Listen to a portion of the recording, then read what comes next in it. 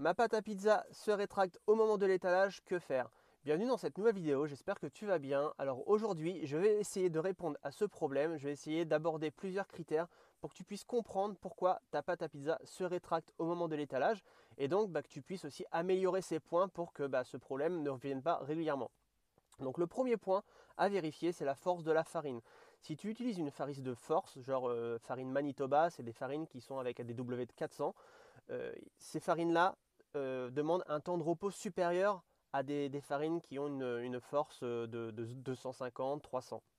Donc du coup, si tu utilises une farine de force et que tu lui laisses pas assez de temps pour se reposer, pour se détendre, pour se relaxer, la pâte à pizza va avoir beaucoup de force. Ce qui fait que quand tu vas vouloir l'étaler, il va y avoir une retenue. Donc du coup, elle va revenir sur elle-même. Du coup, elle n'aura pas assez de temps de repos, assez de détente. Donc moi, ce que je te conseille, si tu utilises une farine, donc de bien vérifier le temps de repos, de bien adapter ton temps de repos à ta farine, à ta pâte à pizza, à ton protocole.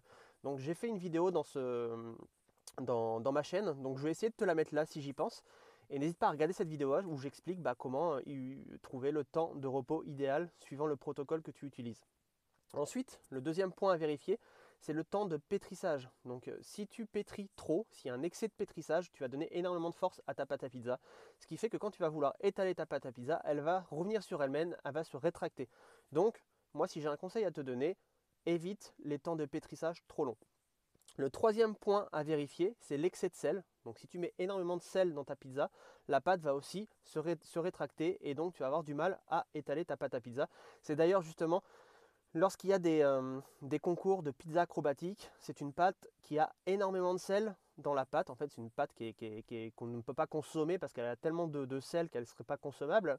Et du coup, en fait, le sel permet que le disque se détend beaucoup plus lentement, ce qui permet de pouvoir faire une démonstration de pizza acrobatique plus longtemps. Donc voilà le secret d'une pâte à pizza de pizza acrobatique, c'est l'excès de sel. Donc voilà. Donc si tu as beaucoup de sel dans ta pâte à pizza, essaye de le diminuer, ça va peut-être t'aider justement à éviter que ta pâte se rétracte. Le quatrième point à vérifier, c'est une pâte trop froide. Donc si par exemple tu sors ta pâte, tu mets ta pâte au frigo et tu la sors une demi-heure avant d'étaler ta pâte à pizza, elle va être trop froide et donc le froid c'est aussi comment s'appelle, un critère qui va faire que ta pâte va se rétracter. Elle va revenir sur elle-même, tu vas avoir du mal à la détendre, à l'étaler tout simplement. Du coup, c'est ces quatre points-là qu'il faut que tu vérifies.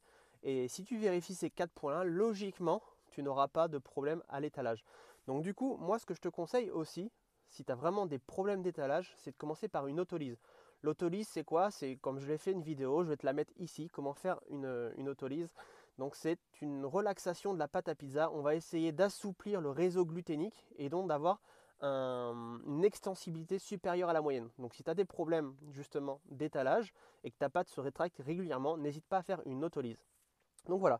Donc là, je pense que j'ai abordé plusieurs problèmes que tu vas pouvoir régler, que tu vas pouvoir vérifier et améliorer. Et normalement, tu devrais ne plus avoir de problème de pâte qui se rétracte tout simplement. Donc voilà, j'espère que cette vidéo t'a plu. Si elle t'a plu, n'hésite pas à la liker, n'hésite pas à la partager, n'hésite pas à la commenter aussi si tu as des choses à me dire.